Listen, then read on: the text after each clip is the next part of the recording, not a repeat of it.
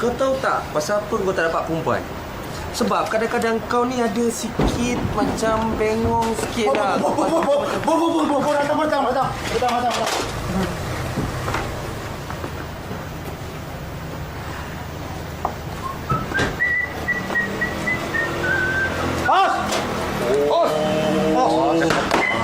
Oh, bagus. Rajin Kalau macam ni, boleh up.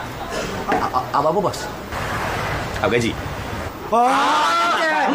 Dah nama kerja bahawa kita kena kerja betul-betul dan cuci bersih-bersih. Betul tak? Apa orang kata? Bersih sampai boleh rasa.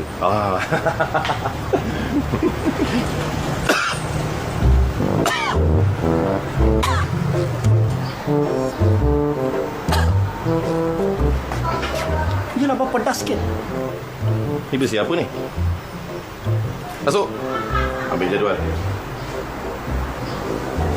Apa perisa kau letak beli rasa ni? Dia rasa yang mana ni? Suap sikit.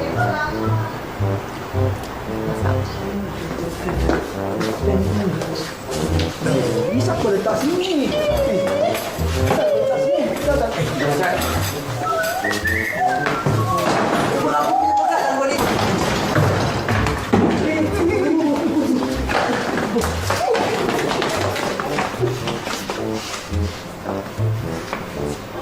Kau nak buat salah ke?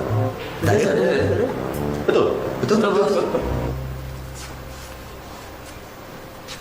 Dah check stok dalam store? Dia. Dah bos. Stok semua saya dah check. Tinggal lagi sabun je habis bos. Tapi ada yang saki baki yang dulunya berlebihan. Okey. Kalau macam tu, awak beli dulu. Nanti minta balik pada syarikat, okey? Ya bos. Bagus. Okey. Ini tugasan untuk awak semua untuk esok. Cuci 2 hari 1 malam. Hai, 2 hari 1 malam. Macam bercuti lah. Mana cuci hotel? Tak, rumah banglo. Rumah banglo VIP. Rumah dia besar. Kita perlu cuci 2 hari. Okey. Ni alamat dia. Terus. Bos. Dah bagi alamat, dapat invoice terus. Bagus ni. Itu bukan invoice bos. Bukan invoice bos. Ni apa ni? Surat minta cuti saya dengan saya tu bos. Kau nak kahwin tak bagi tahu. Bukan nak kahwin lah. 2 hari nak tu bos. Nak kampung.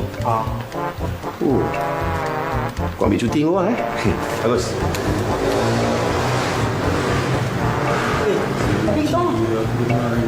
Aku pun seminggu tu fikir nak hantar surat. Cuci jangan tak cuci.